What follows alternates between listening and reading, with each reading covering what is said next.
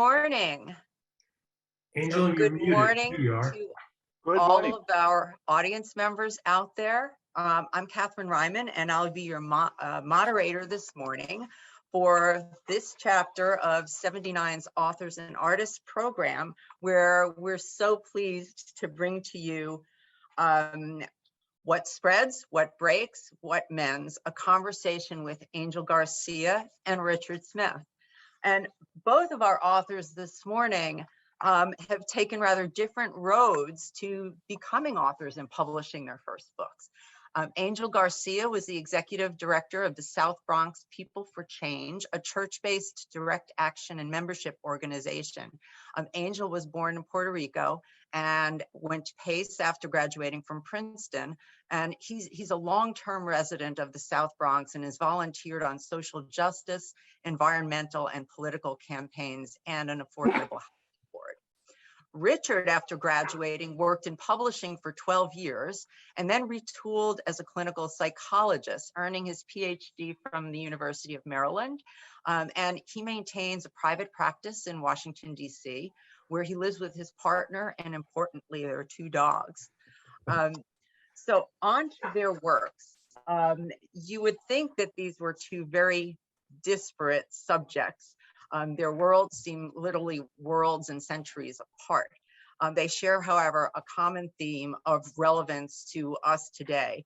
Both present communities in crisis and individual and communal attempts to survive and thrive amidst larger inimical conditions. In one case, a deadly pandemic, and in the other, challenges faced by a Latino immigrant community. So Angel's book, The Kingdom Began in Puerto Rico, is set in the historical context of a changing world and a changing Catholic Church, and follows Father Neil Connolly's path through the South Bronx, which began with a church program to address the great Puerto Rico migration. That is not a subject I knew a lot about, and it's really fascinating to learn about how our current population of folks from Puerto Rico made their way to the United States and the challenges they faced both at home and once they got here. Father Neil served the largest concentration of Puerto Ricans in the Bronx from the 1960s through the 1980s as they struggled for a decent life in a community that was subject to destruction from all kinds of forces. In the war against drugs, poverty, and crime, Connolly created an organization run by the people and supported by Unitas, a peer-driven mental health program for youth. Frustrated by the lack of institutional responses to these challenges, Connolly challenged government abandonment and spoke out against ill-conceived public plans. And he ultimately realized that his mission was in developing new leaders and supporting lay leadership programs. Now, Richard's work, Not a Soul But Us, won the 2021 May Sarton, New Hampshire Poetry Prize. Congratulations on that, Richard. The book is verse narrative set in a medieval English village, where the plague pandemic has wiped out half the population. Left behind are a 12-year-old shepherd boy and his dog who keep their flock alive through a brutal winter, and then must figure out how to reconnect with the world around them and survive. In the words of poet Meg Kearney, the book drives to the heart of what we are as humans capable of when boiled down to our very core in the struggle to survive, and how it's not our intelligence or our resiliency, but love in the non-human animals that save us. It's timely, remarkable, and unforgettable. I picked it up and read it in one sitting, just could not put it down. It's beautiful, and don't let the fact that they are sonnets put you off. This story is just really compelling, and the language is gorgeous. So with that, I'm going to turn it over to our 2 authors, and I will remind you that the chat function is available. The Q&A function is also working, and we'd like you to put your questions whenever they come up into Q&A, and at the end of the conversation between Richard and Angel, well, we'll turn to your questions. So with that, welcome this morning, Richard and Angel. I'll turn it over to you. Thank you, Catherine. Thank you very much. Please, Richard. So Angel, it's been so much fun to reconnect with you. And I remember vividly when we met, which I think was January 1977 reading period, when we were both in Billy Aronson's first play, Sea Fantasy, right? Right, that's right, yes. And as I recall, you played a character named Nathan. There was another character named Joe. I played a character named Jonathan. So I think we were all three refractions of Billy Aronson's personality, which of course was really fun. Yeah. What I remember is your character had a lot of speeches, monologues delivered to a mannequin named Emmanuel. That's right. Yeah, for better or for worse, I think I'm going to be remembered in the Princeton paper as, you know, throwing romantic overtures at this mannequin of a woman. And well, I got to throw romantic overtures at Margaret Emery, including dripping blood on her, which I'm sure not many people with any can claim to have done. But that was really fun. And I remember I was a little intimidated by you. You were very serious. And, but your speeches were brilliant and funny, so funny, so much fun. Yeah. Well, that's the words of Billy Aronson. I mean, that's sort of the creativity and the talent of Billy Aronson. Right. And right. Thank you, Billy, for bringing us together. Yeah, thank you, Billy. So what have you done since college?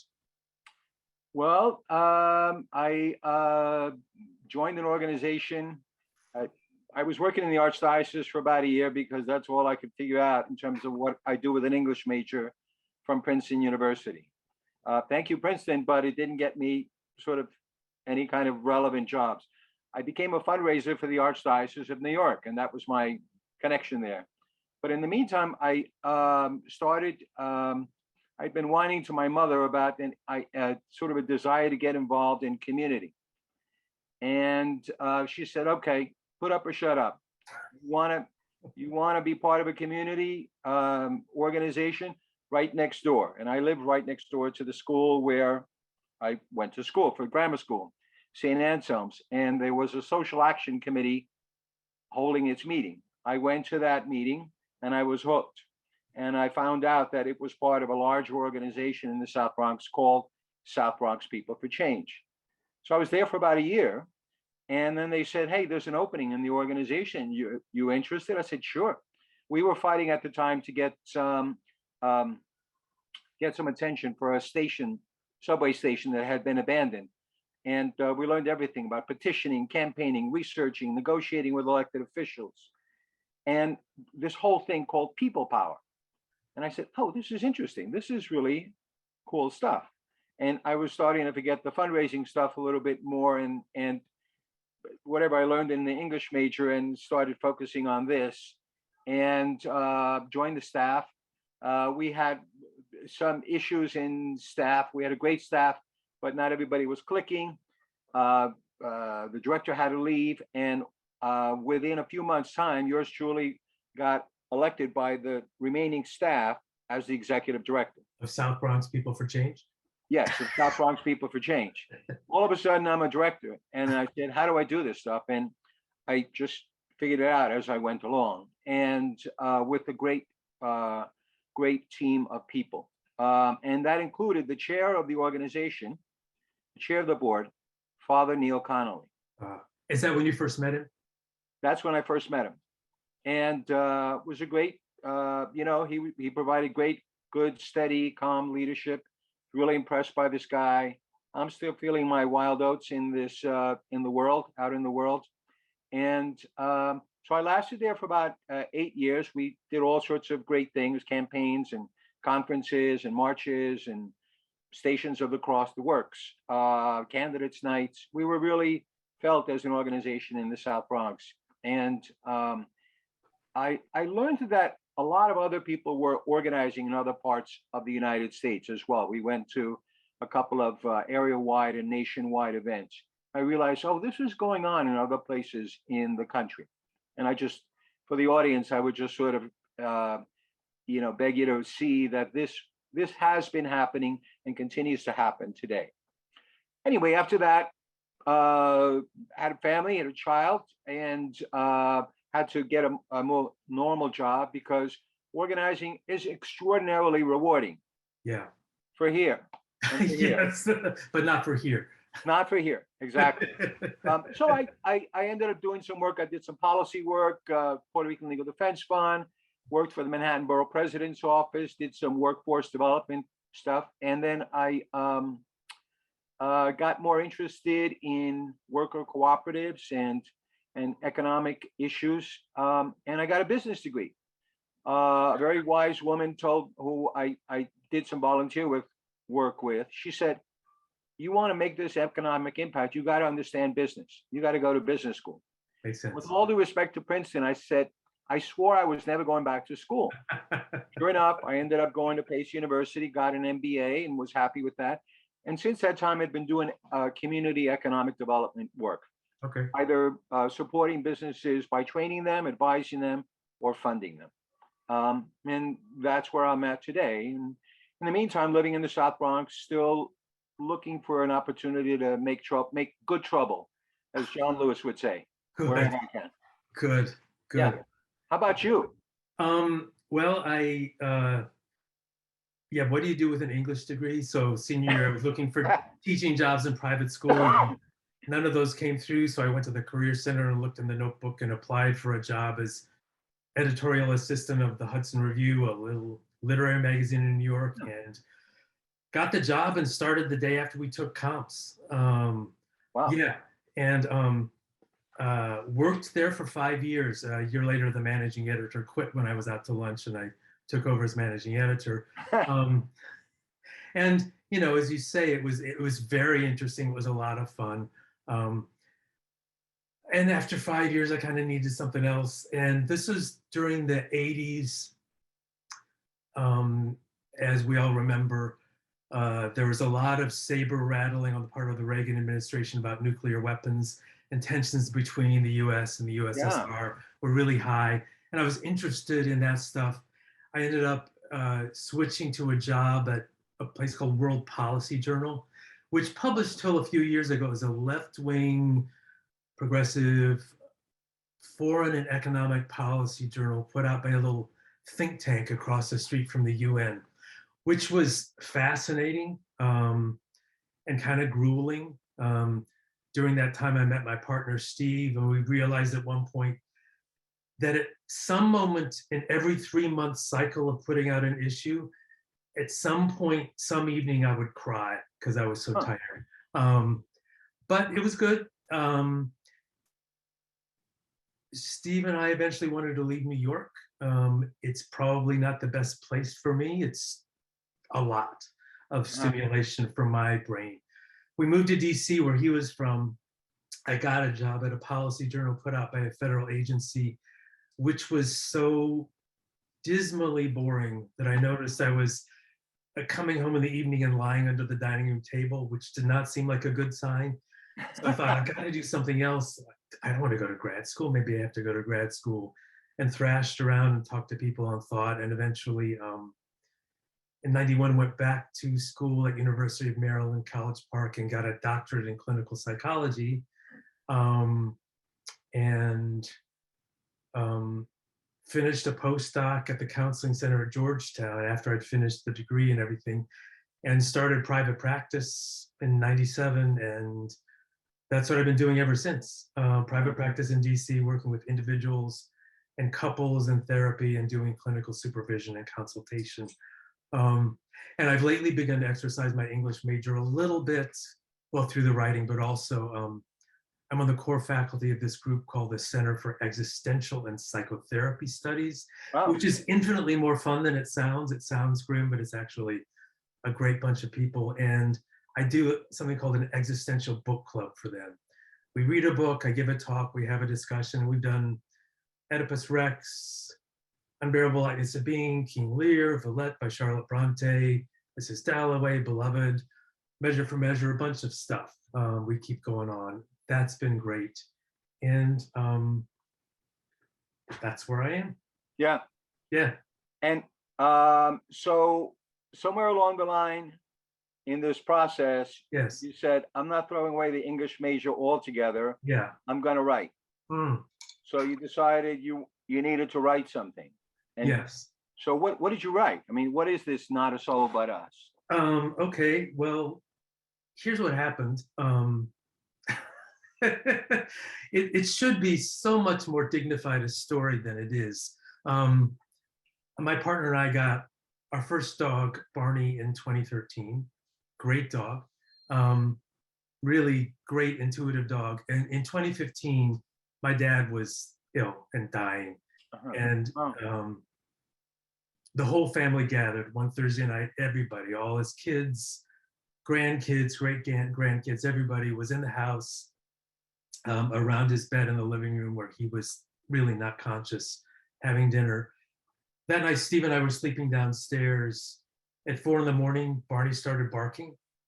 And Steve said, well, I'll go take him out. The leash was upstairs. So we went upstairs. But Barney stopped in the living room and lay down next to my father's bed and wouldn't move. And 40 minutes later, my dad died. Wow. Now, how did he do that? Was it random? Right. Do dogs sense something? If anything, I suspect it's smell. But that's to give you an idea of how heroic and wonderful Barney is. Uh-huh. A year after that, I was listening to a lecture about Romeo and Juliet and was reminded that when Romeo and Juliet meet, they co-create a sonnet.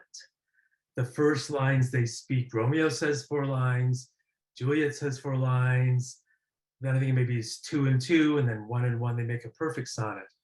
And I thought, well, I could write sonnets for Barney. I really love that dog. So I started writing sonnets for him. And in one of them, I thought, well, let's imagine I'm a medieval shepherd and he's my dog. That sounds kind of idyllic. And then I thought, well, but the problem is I don't really have an idyllic imagination. I'm far too morbid. So I thought, well, let's raise the stakes on this relationship. Let's make the shepherd actually a kid. Let's make him orphaned and abandoned. Let's have it happen during plague. Right? This is not an idyllic mind I have. So I wrote, it turned into 3 sonnets. I showed it to a friend. He said, this is interesting. I said, there might be more. And then it just kind of ballooned in my mind, however stories happen in the mind. So what was the first year that you were doing this? 2016. Okay. So way before pandemic. Way before pandemic. Yeah. And since I'm a shrink, I would have to ask, well, that's a nice superficial story, Richard, but what was really behind that? Because obviously, if you're writing about a situation where half of everybody dies, you're thinking about death and loss. And I think that, and I was 59 when I started it. And I don't know about you, but there's a point in life when you start to realize, oh, this isn't going to go on forever. Right. And also I had noticed when my partner's second parent died, I sort of felt the shift. And it has come to me that when both parents have died, it feels like between me and outer space, there's nothing but air. Uh-huh. There's a kind of exposed feeling to it. Right. And I think that was sort of behind the book. As it happened, while I was writing it, my mom went down with congestive heart failure in 2017. She died in 2018. I sort of thought, okay, they were both in their 90s, that's fine. 2 months after that, one of my 3 sisters, the one closest to me in age, was diagnosed with stage 2 cancer. Wow.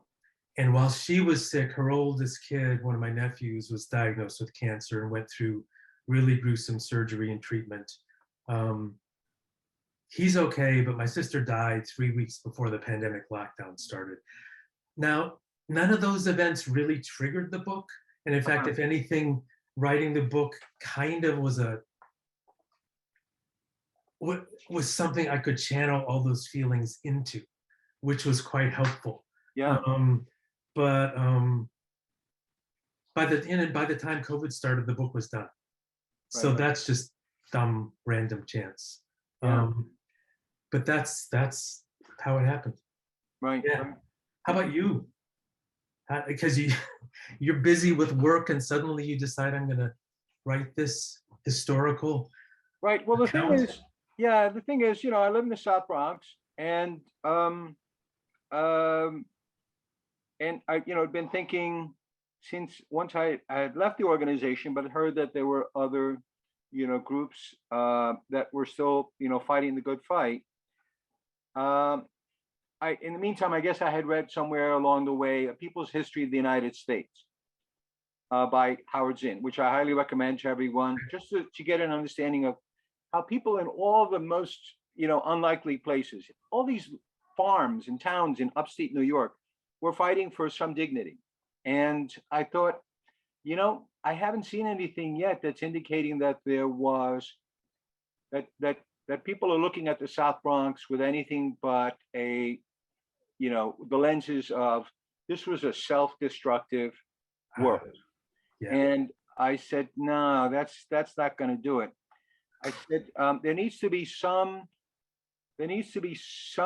stories out there to say somebody was fighting the good fight. Yeah. Because I knew I was part of it. Yeah. And I said, okay, what I'm going to do is I'm going to do a people's history of the South Bronx. Then it whittled down, and it said it was called Angel's Friends from the South Bronx, who were all involved in various fights. I'm going to interview all of them, and that's going to become a collection of the stories of the battles they engaged in. Sort of like a Studs Terkel thing or something. Yeah, exactly. And then and I thought this could be done because there was a team of two guys who ran a Channel 13 show called Religion and Ethics, and they did this. They put together a book called A Life of Meaning. And they interviewed different people on different subjects about life, so maybe your existential group might appreciate this. I don't know. But and so from Desmond Tutu to Jimmy Carter to all sorts of other leaders in the world, people were speaking to faith, but were speaking to like real issues like life and death and justice. And I said, okay, maybe I can do that. And I'll interview my friends and colleagues, and that'll be the book. And then I had just joined a board with down in the Lower East Side. Uh-huh. I was working in this credit union in the Lower East Side. I joined this board, housing board, at the invitation of Neil Connolly, whom I stayed in touch with over the years, but not closely, but every year we were in touch about something or other.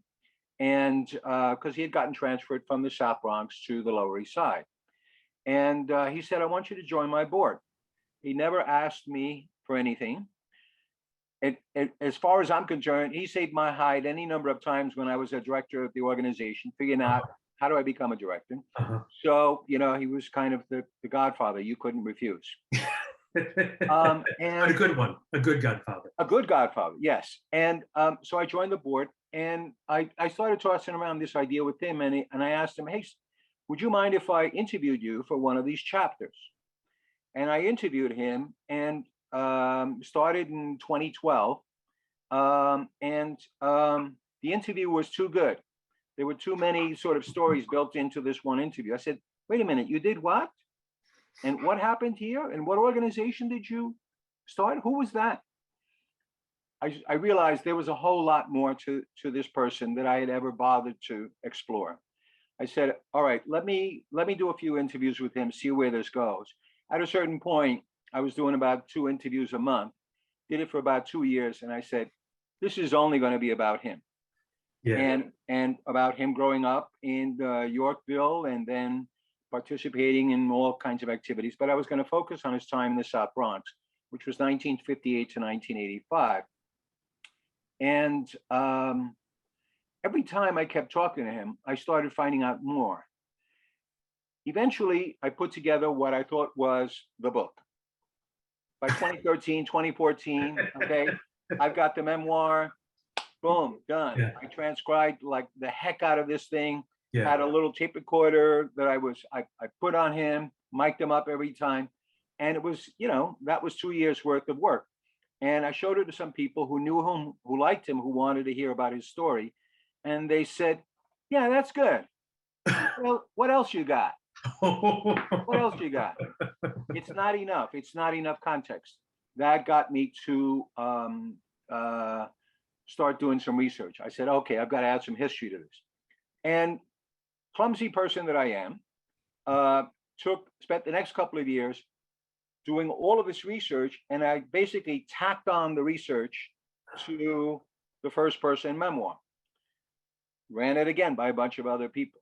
They said, still not there. You gotta somehow blend it. We don't know what's going on. What's he thinking? Where is he going with this? Yeah. Went back, version number 3. First person memoir, some third person segment about his thoughts, and then the third segment about the history of the South Bronx and his time there. And then ran it again by people. They said, okay, once more with feeling. Turn it into a third person narrative and just focus on from his perspective.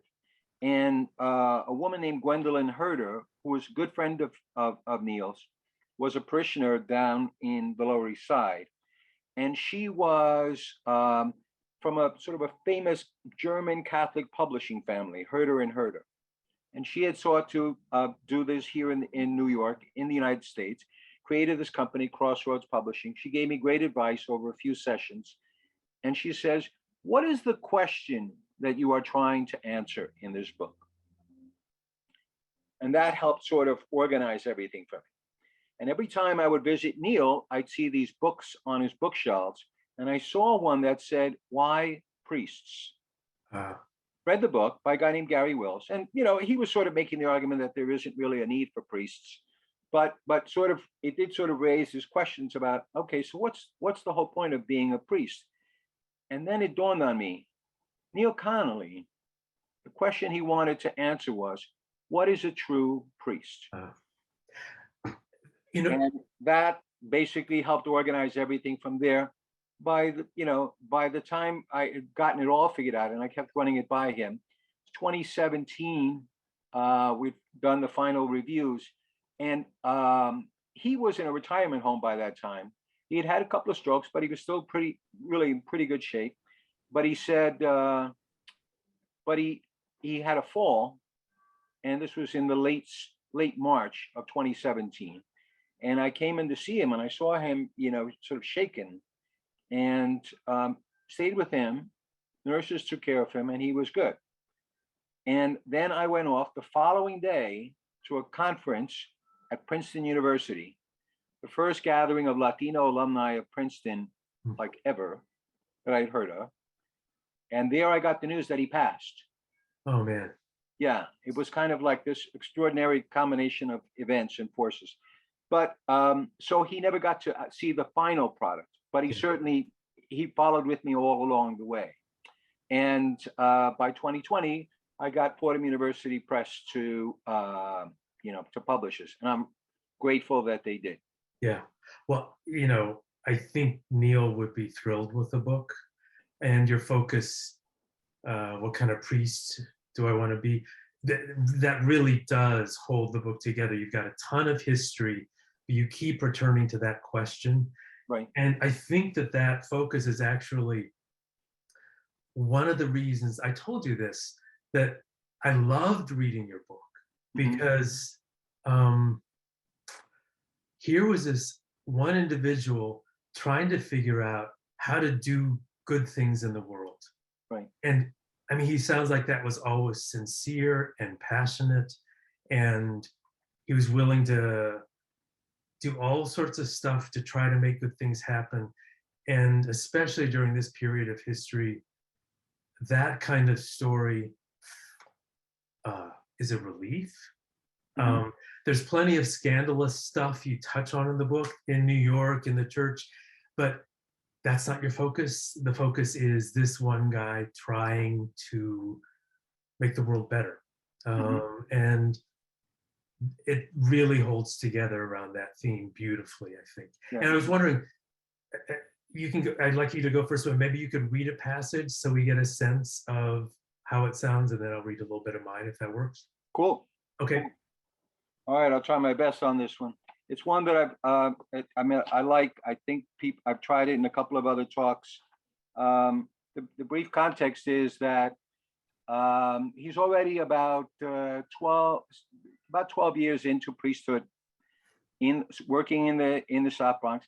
Everything is very busy, and he's figured out the priest part. He thinks the church part, and he's learned that he's got to go out and do stuff in the world, and he's been doing some work on behalf of all of these people, parishioners who come to him saying, "It's cold.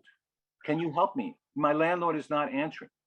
And ultimately, he realizes he could no longer just be the advocate on the phone, pleading with the city or with the management company of the landlord.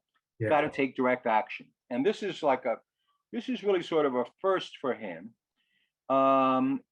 Even though he was the son of a former IRA commander and a transit workers union leader in New York City, Wow. he wasn't yet ready to be that person. Yeah. Fighter, but excuse me, decided he needed to be. He joined the group, and it was a bunch of clergy who were trying to make sure that the buildings would no longer be neglected.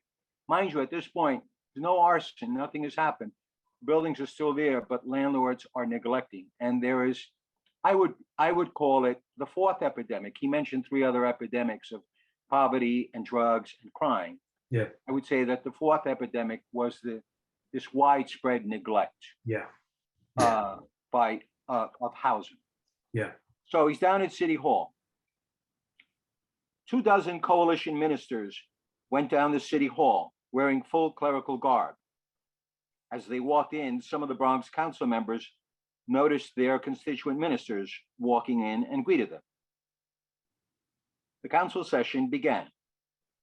After 15 minutes, it became clear to the coalition ministers sitting upstairs in the balcony that emergency repairs legislation would not come up in the meeting.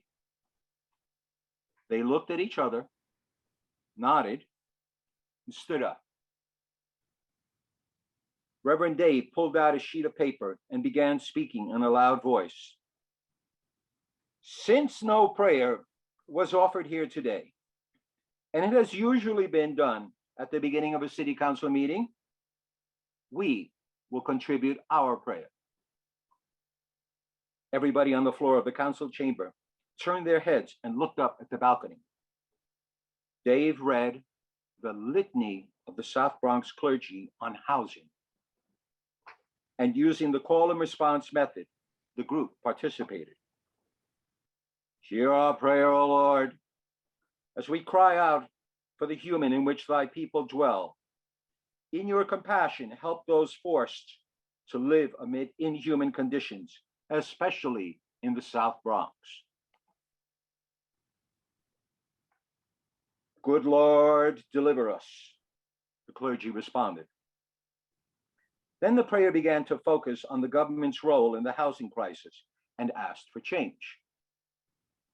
Dave called from all excuses, postponements, and delays, from redundant investigations, inquiries, studies, and reports, from referrals and reconsiderations, and from all subcommittees. Good Lord, deliver us, responded the coalition.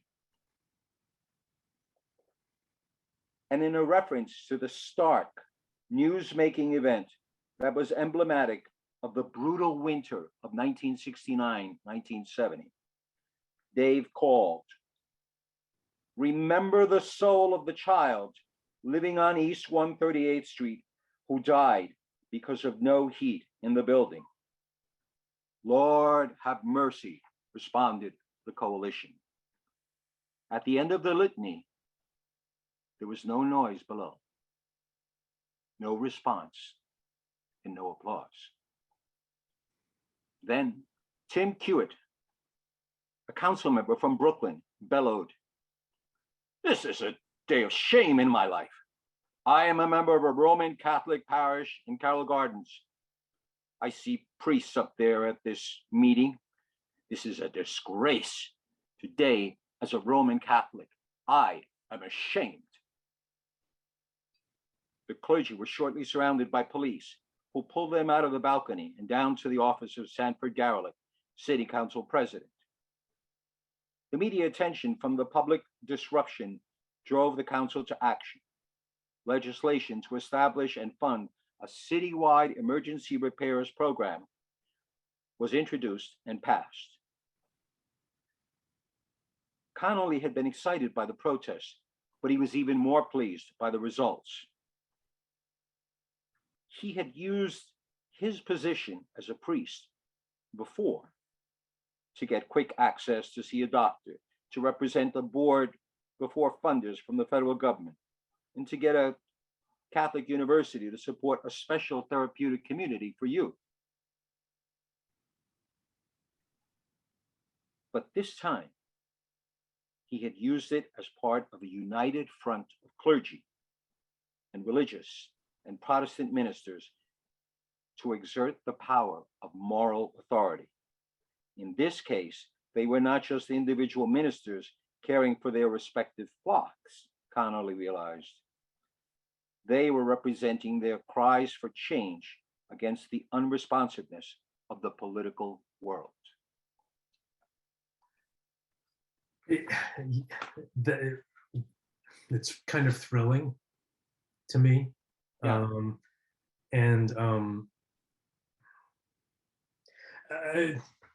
I'll just say a helpful counterbalance to political despair.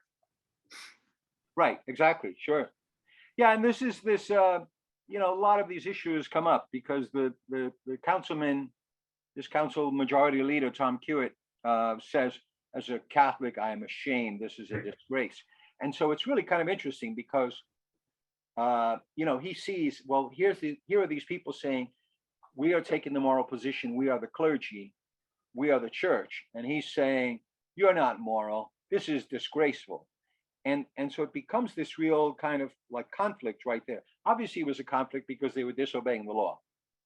They were interrupting a government proceeding in a non-violent way. Yes. And they weren't going to let any activity go through until they were heard because something was so important. And they prayed over this stuff. If you're going to make a commitment to stand up for your people, Connolly realizes it's going to get you in trouble because that's not the way the world is necessarily shaped, or configured. And you want to create a different world, and you're coming in and saying, we're here to create a different world, and the world comes back and saying, you're a disgrace. Yes. So this conflict, and whether creating conflict is a Catholic thing to do, is a priest thing to do, controversy, it really starts to beg the question, all right, so where does this justice thing go? How far does that go in the mission of a priest? Yes. And I'll just say this briefly. One of the things that's so interesting about your book is the historical oppositions of forces. I mean, on the side of justice and change, you have Vatican II, you have liberation theology, you have LBJ's war on poverty, and then you have also then the entrenched conservative institutional parts of the Catholic Church. Same for New York City politics, same for landlords who just want to make money. And then even this sort of insidious, revolting social science about natural life cycles of communities and planned shrinkage of communities and benign neglect of communities, which, as if, let's just let this part die off, which of course is problematic in just so many ways. And that carries it's a question of fighting an institution. Yes. Right. And we as individuals, as human beings, we're fighting. We take a look at, if we can, we take a real look at the life around us and realize that it's shaped by forces that are directed by, in large part, by institutions. Yeah. And they will either work for us if we can use our power, or they will work against us. Yeah. And Connolly realizes, okay, well, they've got power, and we as the church, we've got power. And ultimately, I think this whole the book is this sequence of Neil Connolly using power, then losing power. Then, he's got this priestly power now. He's ordained as a priest, goes to Puerto Rico, boom, he loses it all. Yeah. Because he's going to have to do church the way that it's done in Puerto Rico. Comes to the South Bronx, 8,000 people are coming to Mass on Sunday by the early 60s, and you're not in charge. You're dealing with the realities of all of the people that you need to serve just in your own parish. Yeah. And okay, so we've got to organize so that we can gain some power, so we can gain some control over this situation and make things work for people. And you do, but then you realize that, well, wait a minute, people have got to have a role in this as well. And the only way that you can sort of live that is to say, I will use my power to lose my power. Ah. And I think that's ultimately, I'd like to say that that's the message I would ask readers to take with them. Use your power to lose your power, to spread it. Interesting. To transfer the power that you have into the hands of other people. Yeah. But this conflict situation, it's making me think about, there was a section I was reading in your book, a few of the sonnets, yeah, where there was a conflict between your protagonist, this 12-year-old boy, uh-huh, growing up to become a 14, 15-year-old boy through this, through the course of this journey of his. And he comes into conflict with these shearers. Oh, shearers. Yeah. And they're basically going to gang up on him. Yeah. And he's going to, they're sort of dismayed by the fact that he's been powerful enough to survive through this extraordinary plague, and they resent it. And they've been sent to do the shearing of the sheep. He's been the pastor. Yeah. As a young boy, he's been made the pastor from the beginning of this story. The as shepherd. A young boy. Yeah. And they're going to challenge him. Yeah. And he's going to get ready, to be in conflict with them. And in comes this sort of force of support that he's had at different stages of mm-hmm. of the book, of the story, the steward, mm-hmm. who literally kicks their ass. Yeah. Yeah. Pardon me. He knocks him down, says, if you touch that boy again, you're going to be in big trouble. Yeah. And he turns to the boy and says, stand up for yourself. Yeah. Don't put yourself down. Yeah. You have been an amazing survivor through all of this, and you've got to take a stand for yourself. Yeah. And it's so there's this big sort of conflict and this big sort of lesson from like this leading force for good. He was the institution there, but he was this force for good. Yeah. In this boy's life. Anyway, I just wondered if you wanted to sort of give some sense of what, if you wanted to read from your story, if you wanted to give us some sense of what your story is about what is this boy going? I'll answer that. I'm going to read a little bit from the beginning because it's easier to follow, but you're on to something I think is really central to the book, which I didn't quite understand till the write-up of Meg Carney, the poet who was a judge for the prize the book won. Mm-hmm. And she says something, she says it's not our intelligence or our resiliency that helps us survive, but love and the non-human animals that save us. Mm-hmm. And that sort of clarified for me that this is a story about a kid who has to survive alone, and he gets a little bit of help early on. He gets more help later on. He also realizes toward the end that before they died, his parents kept trying Mhm. to give him resources, as in at times more food than they would take, but also understanding of how to survive in the world. Yes. Because especially at that time, if you were a parent, you would know my kid may be orphaned. Um, and so I think by the end of the book, he realizes, especially um, most centrally with the dog, but with a lot of other people as well, that in your formulation, other people have given him power. Other Yes. people have cared for him. Other people have watched out for him, sometimes staying in the background. And his parents, with a lot of forethought, tried to teach him how to survive. So yeah, absolutely. You're right on target with what you're saying. Well, they surrendered their power for Yes. the sake of his, and for Yes. the sake of his survival. And so I'm going to read several sonnets from the beginning, which includes one episode of just what you're saying. Um, and just a word about sonnets. I love the form. One friend read the whole book and didn't realize there were sonnets. I thought that was great. And more than anything, they helped me write because they forced me to be concise. But if you don't hear it as a sonnet, I really don't care. So this is from Not a Soul But Us. It's starting from the beginning. Yorkshire, autumn, in the year of our Lord, 1349. Our village, plague's been here since summer. Me, I'm 12. My family, no one left now.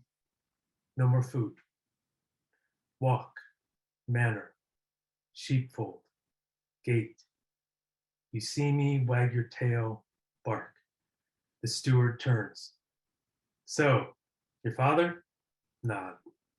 The flock, he gestures. You went with? He taught you? Nod. He hands me bread. Tomorrow, take them up. You herd me to the barn and paw up hay to make our bed. I eat and give you half. You're close all night. Being warm and touched reminds me how to sleep. I dream my father's hands.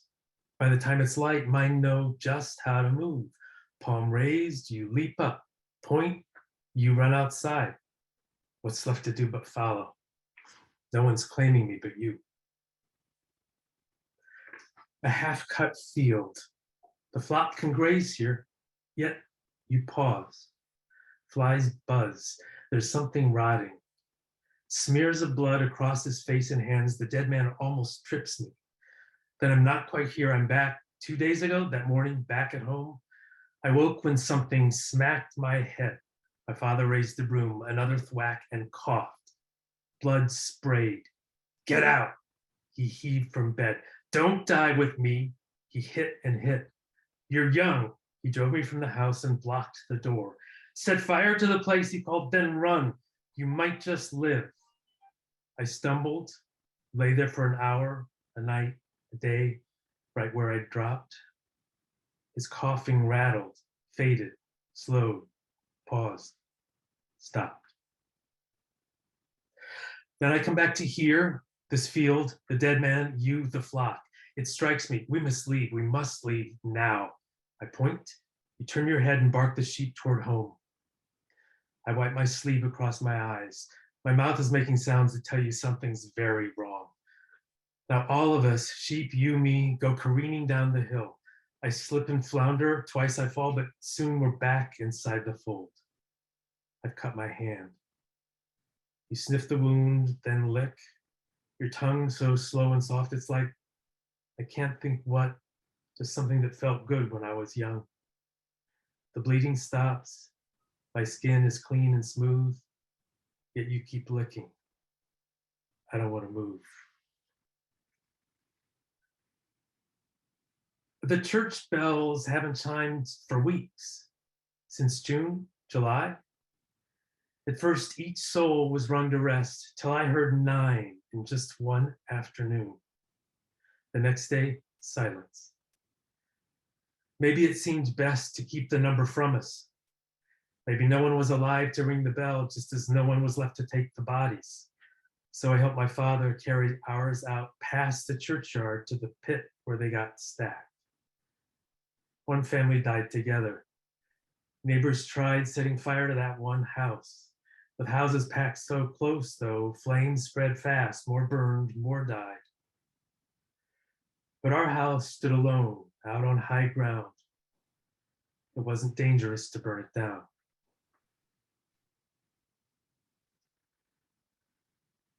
The priest says God sent plague to punish sin. Our first was Hugh, my little brother, 2 years old. He burned with fever, half his skin blue-black, his nose all bloody, screaming through that night. What was his sin? I said. A hiss, my mother slapped me. Blasphemy, don't dare, the Lord will strike. My father grabbed her wrist. Enough, he warned. She stopped. He stroked my hair. But she was right. God struck and cursed. I am a curse. I won't come near a soul but you, since you're not human. Maybe you're not damned for staying by my side. I hope that's true. Each morning I wake up before it's light. You round up all the sheep. We take our flight.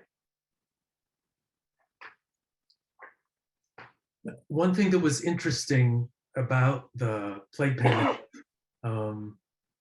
was that, well, like with COVID, people knew in advance it was coming. It spread across Europe so slowly that you could chart its advance, which is one reason people thought it was spread by a miasma, sort of a current of sick air.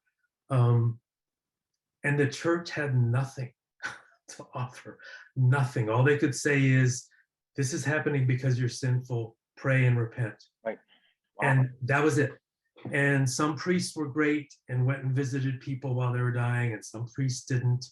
But the plague pandemic damaged the standing of the church, partly because it had no explanation and no help, partly because after the pandemic passed, so many priests had died that they had to hire basically untrained, uneducated men as priests who were less than impressive. So some historians think that the plague was one factor among many, many other factors that was sort of weakening the authority of the church and made the Reformation more possible 150 years later. Interesting. Yeah. So it sounds like you did a lot of, like you did a ton of research. Well, as you did too, yeah. Once I got started, I realized, oh, what did people wear? What did people eat? What were houses like? What names did people have? So I read a bunch of books, listened to some audio courses, and then the internet. I mean, you can look up online, what did people die of in the 1340s? There were records of proceedings of manor courts. So all sorts of amazing detail that was very, very helpful in kind of helping me know this world a bit. Yeah. And were there any, like, did anybody leave a journal or diary or anything? You know, obviously nobody in this class of characters, because they were all illiterate. Right. There is an Italian guy who left a journal that's incredibly poignant about, he talked about the bodies being stacked in graves like lasagna. Wow. In layers. Yeah. And then in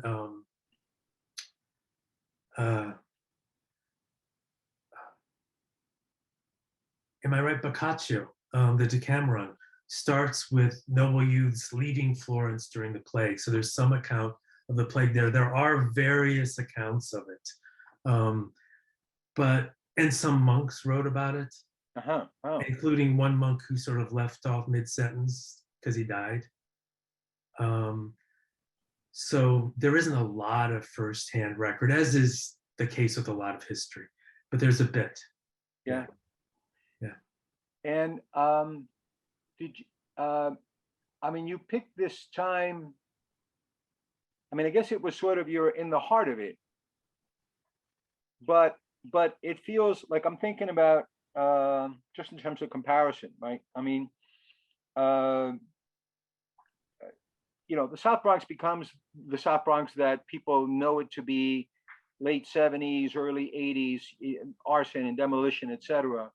And so when I see some of these, you know, photos that you've got of this sort of stark land and these cemeteries, it's making me think about the vacant lots, just like the Yeah. like the lot before that church, and that was St. Athanasius Church, where Yes. Neil served Yes. for many of those years. Yes. But in terms of sort of the, you know, the timing of your story, you're kind of in the thick of it. You're not sort of leading up to it. Right. And I had made my choice. It was a whole history I'd had of Neil Connolly's upbringing by his family and growing up in Yorkville, what now is called the Upper East Side, Right. was then known as Germantown or Yeah. Little Hungary, Yeah. and you know, all sorts of issues as he was growing up. But I decided, no, I've got to start at a different point. I'm going to start from the time that he heads down to Puerto Rico, and essentially is forced to give up everything that's Catholic, Right. as he knew it, Right. or much of what is Catholic as he knew it, and plunge right away and throw himself into it.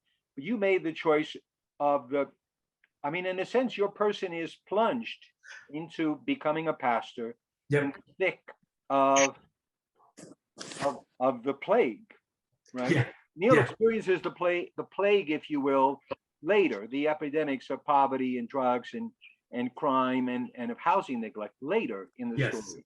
Yes. You decided not to lead up to that.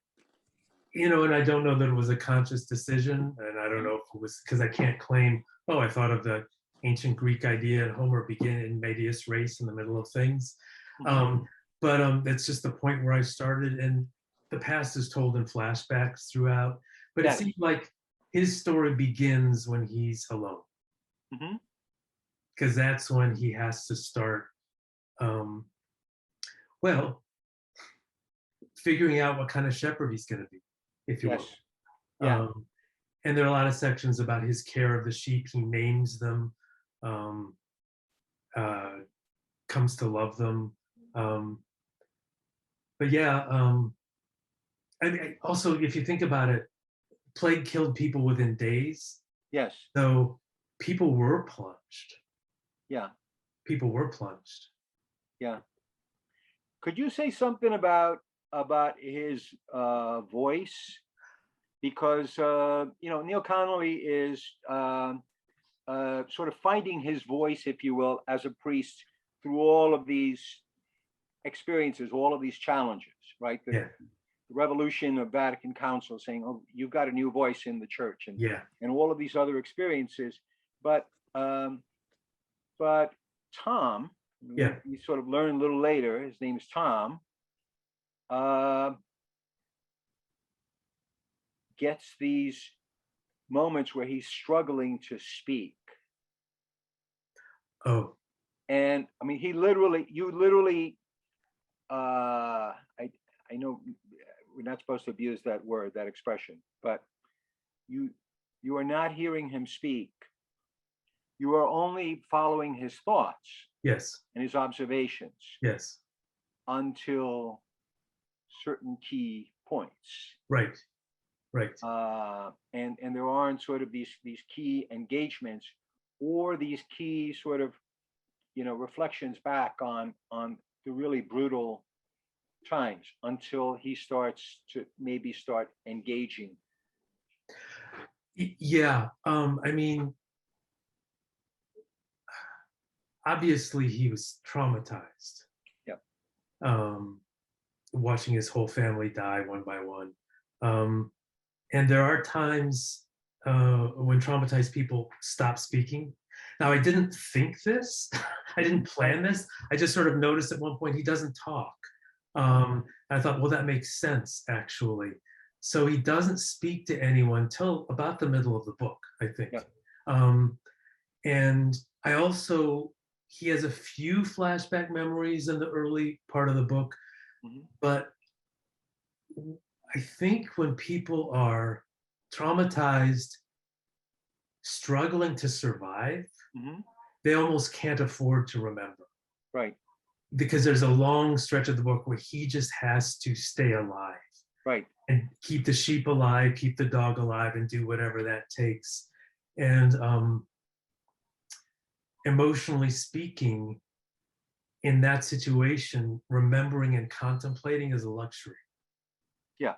that he doesn't have. And interestingly, to your point about other people giving him power, it's only when, well, the steward and the whole lord's household leave for the winter.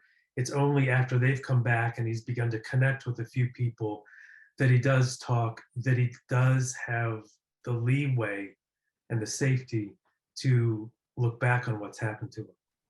Right. Right. Yeah. And just, I mean, probably appropriately enough, you're taking people through sort of a fall and a winter, and man, that winter, I guess the famous quote.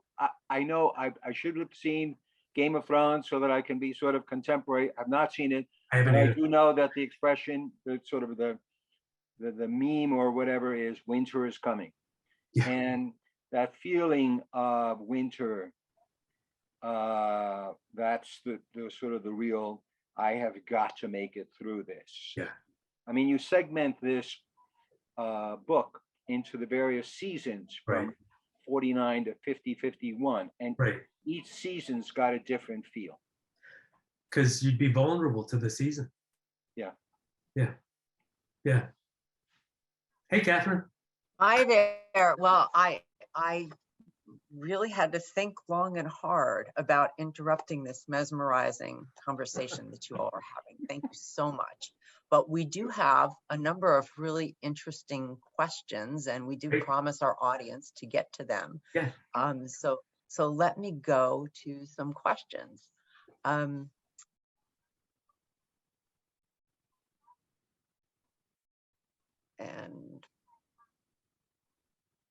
before there are a bunch of comments too. But one of the questions from one of our audience members is whether or not this experience of writing your first books has whetted one or both of your appetites, and what comes beyond. Angel. Richard? Okay. I'm unable to help myself. I'm working on another sonnet sequence set a little later in history. From the point of view of a monk during the period when Henry VIII abolishes the monastery, sends everybody out into the world, and lurches England into Protestantism. Because it's a fascinating thing to me to think about what happens when your religion is changed from the top down. How do you even think about that? What happens when your liturgy gets wrenched out of Latin, which you grew up with, into English? And does the experience of faith even feel the same in a different language? So that's what I'm working on. That's great. I mean, sign me up. Okay. It's going to be a while. Sounds cool. Angel, do you have anything in mind? No, nothing particular. I have been, thinking a little bit more about, again, maybe going to someone else who may have been involved in those struggles during that era, and take another perspective. There were various sort of other organizations that were formed, and the Puerto Ricans came into the era and formed all kinds of political organizations as well, and became elected officials, and sort of a lot of the, it was sort of when people become politicians, doesn't matter what your ethnicity is, some of them are good, and and some of them raise a lot of questions. And so, I'm thinking maybe of looking at what it was like to be an organizer from a Puerto Rican's perspective during that time when there were these issues. But I don't know. I don't know if I've got 8 more years to do this thing. I mean, I think this time I might know how to do it a little bit better, and I wouldn't have to go through 4 versions of the book, but we'll see. I may do it one sort of story at a time, and then see if they all piece together as a nice collection of stories from a friend or two. That'd be great. Go ahead. Sorry, Richard. I was just going to say, that'd be great. These are stories that we need to have recorded. Yeah. And I was going to note that particular question actually came from Gary Christ. So it came from someone who knows that about which he speaks. Okay, yes. I think it was a good follow-up question for that from Hal Stockbridge, who's two excellent presentation and congratulates both of you. How has your life changed as a result of publishing your book?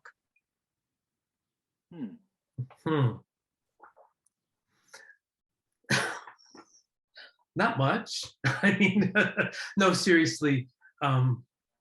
Well, poetry is not an easy market. So this book got rejected 70 times before it was accepted. I was at the point of giving up trying. So actually having it published has been enormously encouraging and helpful. I've met some wonderful people, done some readings, but it's not like I'm making money. It's just fun. It's really fun to have people read it. That's the main change. Yeah, Angel, what would you say? Yeah, I guess that this concept of Neil Connolly, when we were interviewing, and those interviews were a lot of fun. He was a good storyteller, but it was also sort of that they were, and he had a great sense of humor, and there was also sort of the seriousness there.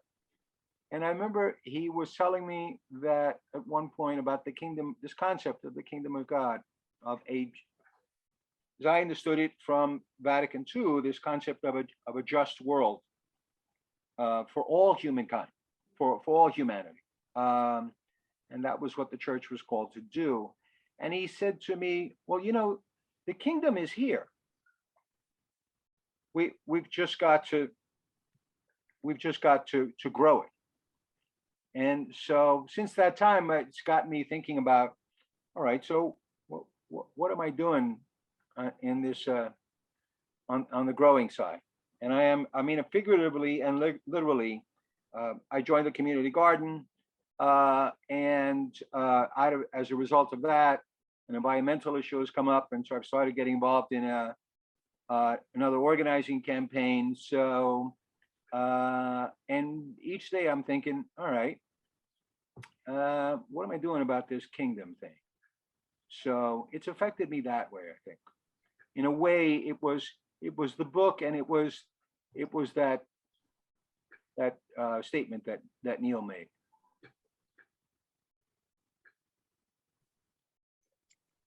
And so this next question from Kristen Fisher is for you, Richard. What led you to use the sonnet form?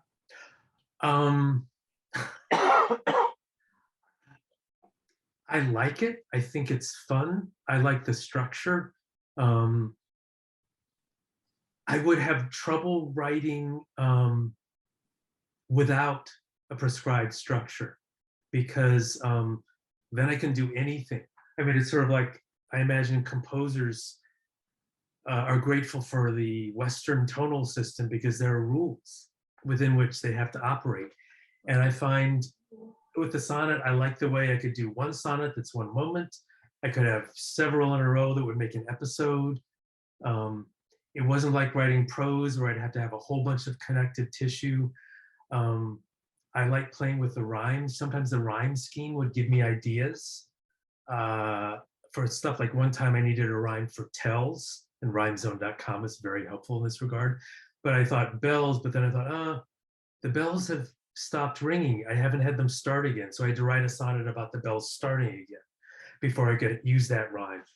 I just think it's an interesting discipline that actually forced me to be very concise. And I like that. And an interesting question from Ellen Wilson. She'd like to know, can you discuss the process through which the two of you came up with the title for this conversation? I think Richard, I think I tagged on the what spreads part to Richard's offering of what breaks, what mends. And that was suggested to me by the phrase in Judaism, tikkun olam, to repair a broken world, and that being sort of an ethical dictum, because I thought that was something both these books were about. Mhm. And then Angel, you added spreads, which got to the idea of epidemics in both books. Yeah. Yeah. Really fitting. And there is a little bit of a side chat going on between two of our author participants, Nancy Herkness and Billy Aronson, who for some strange reason is showing up as Hank Lubin in the participants list.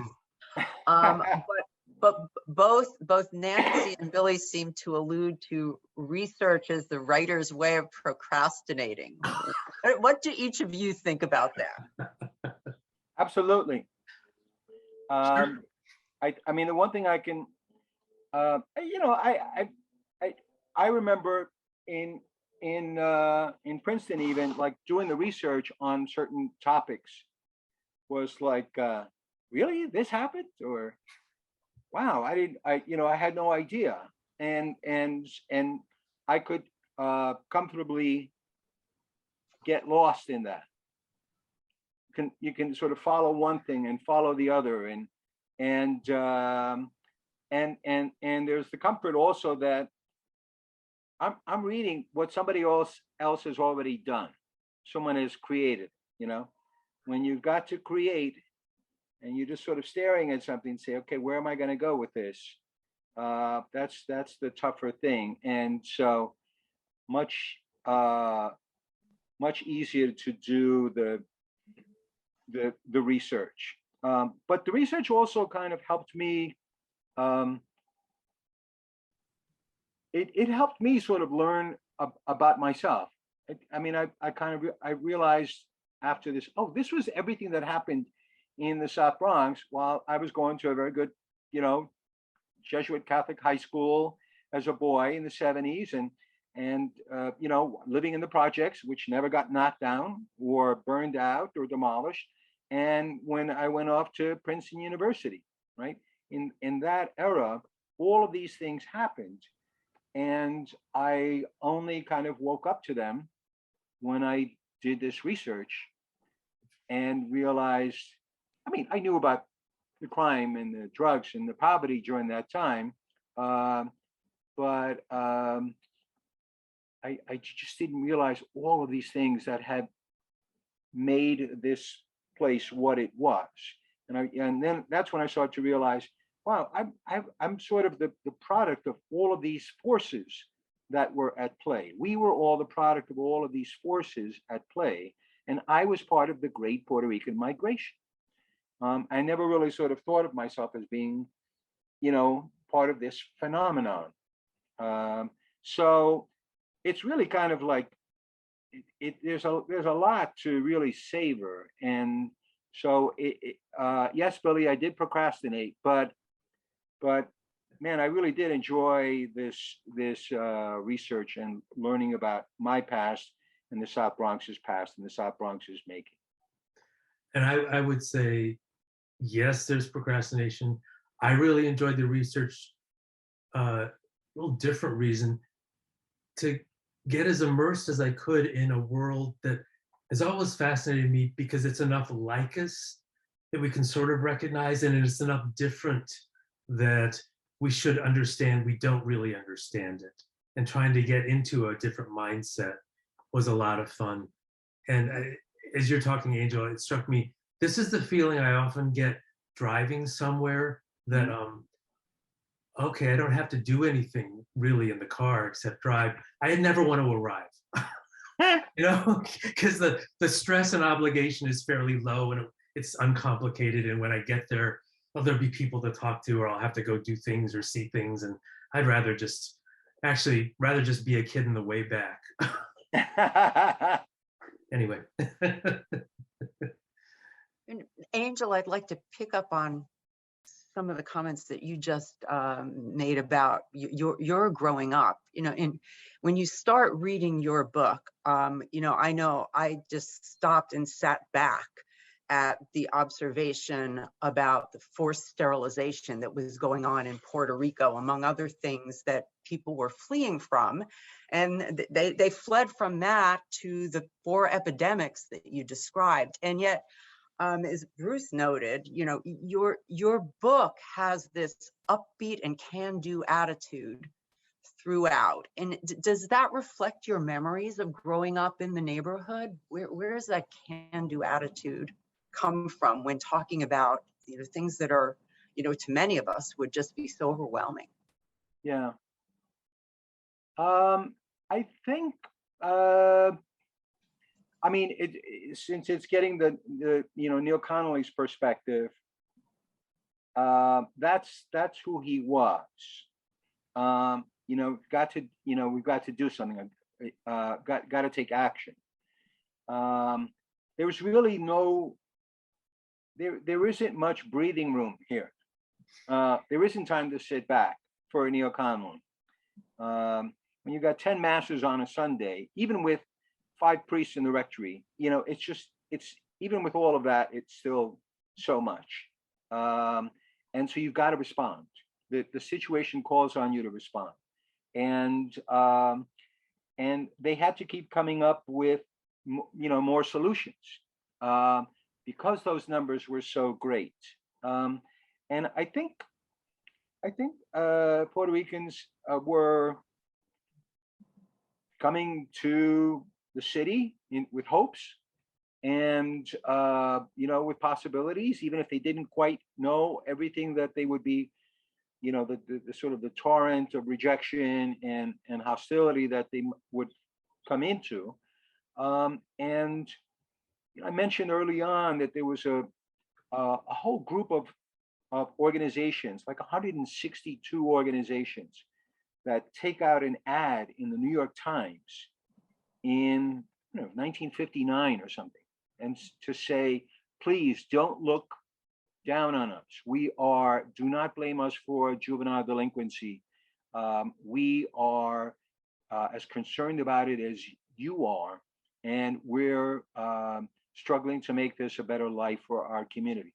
So people were forming organizations, you know, at that time. You do that because you need to, whether it's a group of taxi drivers all coming together saying, okay, look, why don't we come together? Why don't we, you know, form this? Puerto Ricans formed social clubs that came from the small towns that they were from. And around that, they had a vehicle for pulling together. I think that's probably, I mean, I'm glad and proud that that's what Puerto Ricans did. I think that the immigrants who come to the United States, you're going to find that pattern of, okay, we're here. What are we going to do? Let's pull together, and let's see how we can help each other out. Thank you. And Richard, a question for you from Marcia Zuckerman. Hey, Marcia. Did I understand correctly that you wrote your book before COVID, which seems extraordinary? Can you comment, and has that coincidence improved sales? It would seem incredibly selfish to hope that it has. Yeah, it's true. It was just happenstance. I think what it points out is that pandemics share characteristics.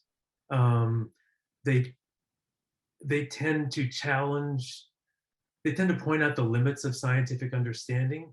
They tend to disrupt the social fabric. Some people tend to react by withdrawing and retreating. Some people become reckless. I mean, there are accounts of people having orgies on bonfires of plague bodies. In they tend to disrupt economic relations. So we've got the Great Resignation now. The plague pandemic helped contribute to the breakdown of serfdom in England because there's a labor shortage afterwards. So peasants could say, screw you, I'm going down the road. I'm going to get a little more money from this other guy. I think there are just similarities in all pandemics. Interesting. You're muted. Yes, I am. Sorry about that. A follow-up question also for you, Richard, on your writing process. You mentioned earlier you had a few sonnets and some plot points.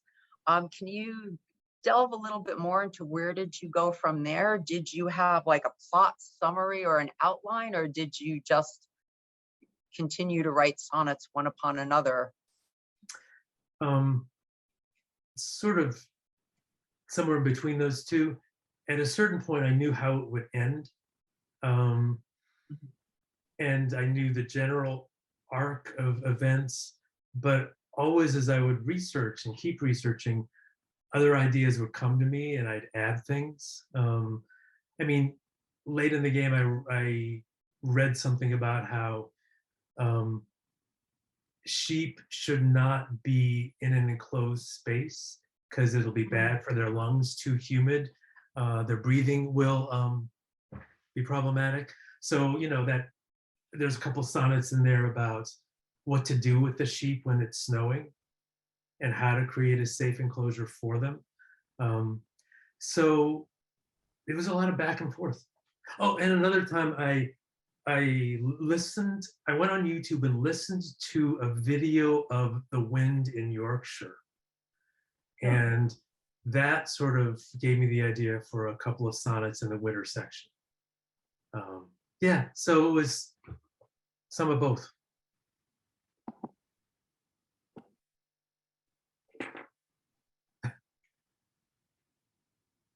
Sorry. An interesting comment from Peggy Russell to everyone, who says, Angel, thank you for this book. I've taught at a Jesuit university for decades and have found a great sense of social justice community there, among other gifts. I'm going to recommend that we do a group read and discussion of this. And Richard, you've got some experience leading existential book discussion groups. Yeah. So, you know, we'll post something about this on our Facebook page to try and get that idea going if you guys are up for it. Sure. But Peggy, thank you for the suggestion. And there have also been a couple questions about how to obtain both of your works. We've got that also posted. Gary has very kindly commented in the chats today, but we'll have that on our website as well. Great, thank you. And Angel, final question, I think, as we're getting close to time here. You talked about just how much material you had and how many choices you had to make in terms of directions to go and what wound up on the cutting room floor as you focused on the question that Father Neil was asking himself. But what was the editorial and publishing process around that like for you?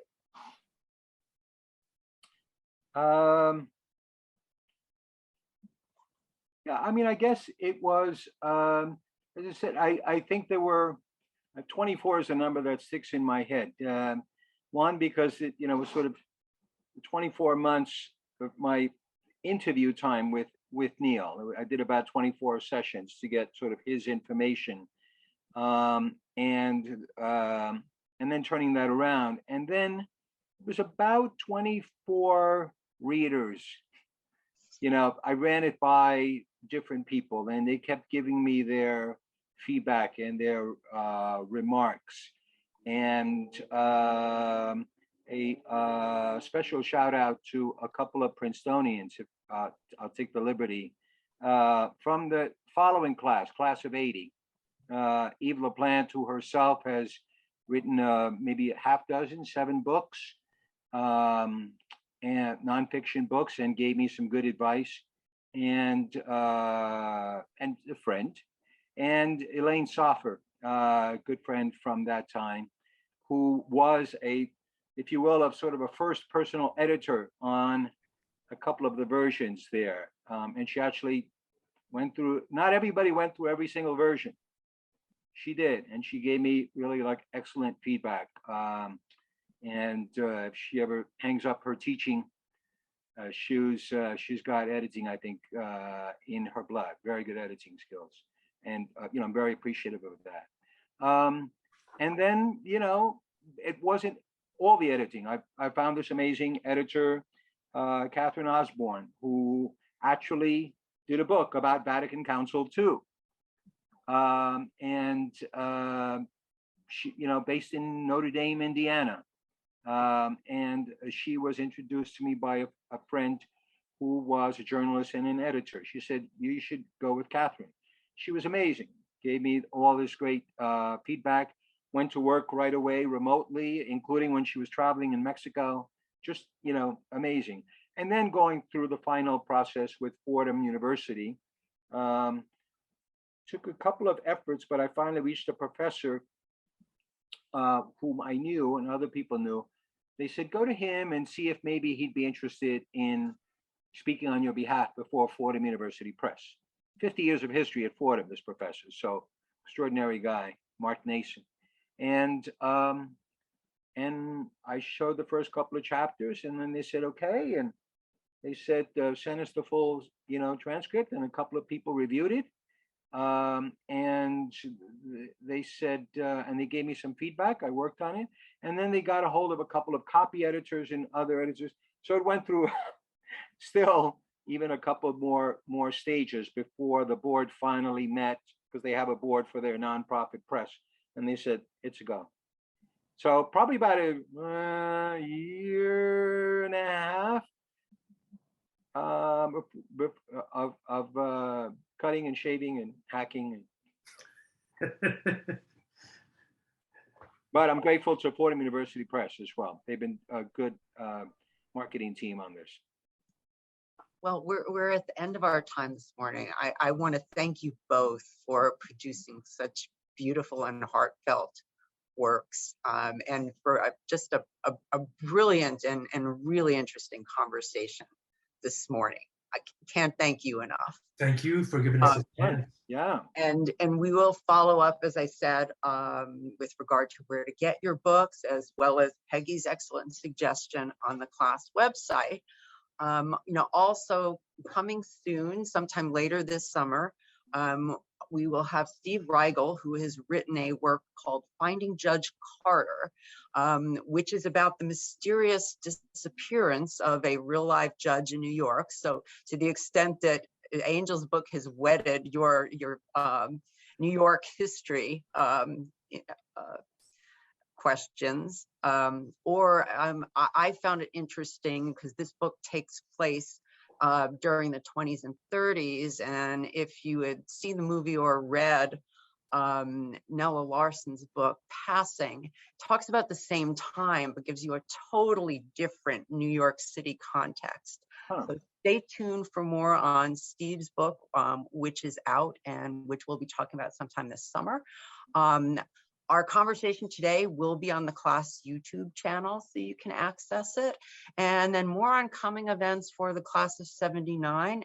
You'll also see on our website, princeton79.org, an announcement of our second class trip, which is an Alaska cruise from June 2nd to June 9th in 2023.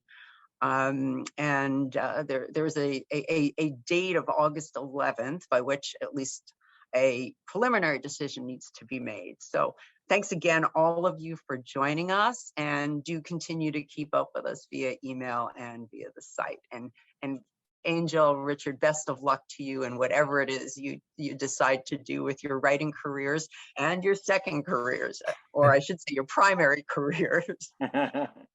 Take care. Thank you, Kathy. Thank and you, thanks everybody. to Phil and to Bruce as well. Yes, Yeah. absolutely.